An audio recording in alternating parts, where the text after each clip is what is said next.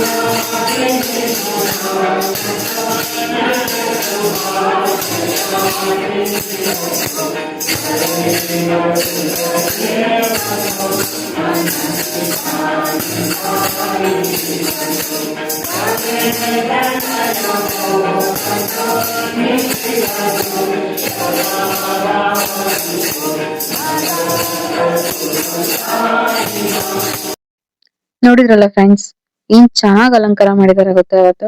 ಸಖತ್ತಾಗಿ ಕಾಣ್ತಾ ಇದ್ರು ಸಾಯಿಬಾಬಾ. ಸೊ ನೀವು ಎಲ್ಲ ಬ್ಲೆಸ್ಸಿಂಗ್ಸ್ ತಗೊಂಡ್ರಿ ಅನ್ಕೊಂತೀನಿ. ಸಾಯಿಬಾಬಾ ನಿಮ್ ಎಲ್ಲಾ ಆಸೆ ಕನಸುಗಳನ್ನ ಈಡೇರಿಸ್ಲಿ ಅನ್ಕೊಂಡು ಈಗ ನೆಕ್ಸ್ಟ್ ನಾವು ರಾಘವೇಂದ್ರ ಸ್ವಾಮಿ ಮಠಕ್ಕೆ ಹೋಗೋಣ.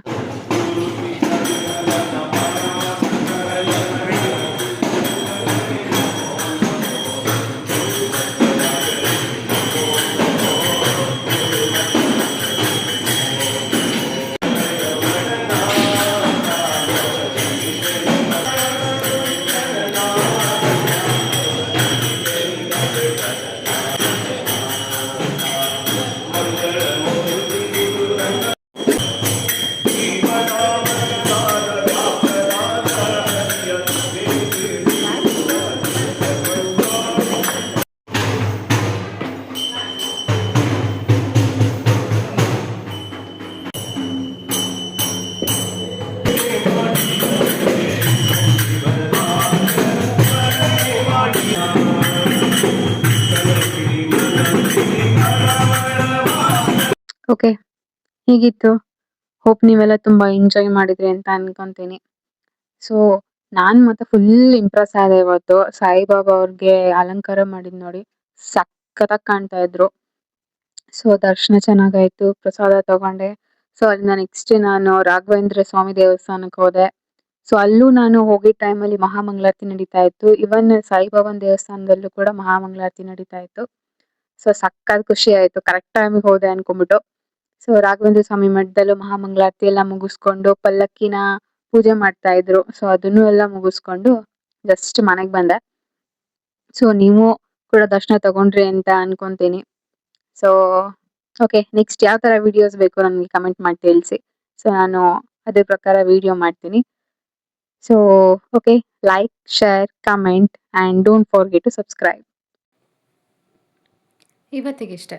ಬಾಯ್, ಟೇಕ್ ಕೇರ್.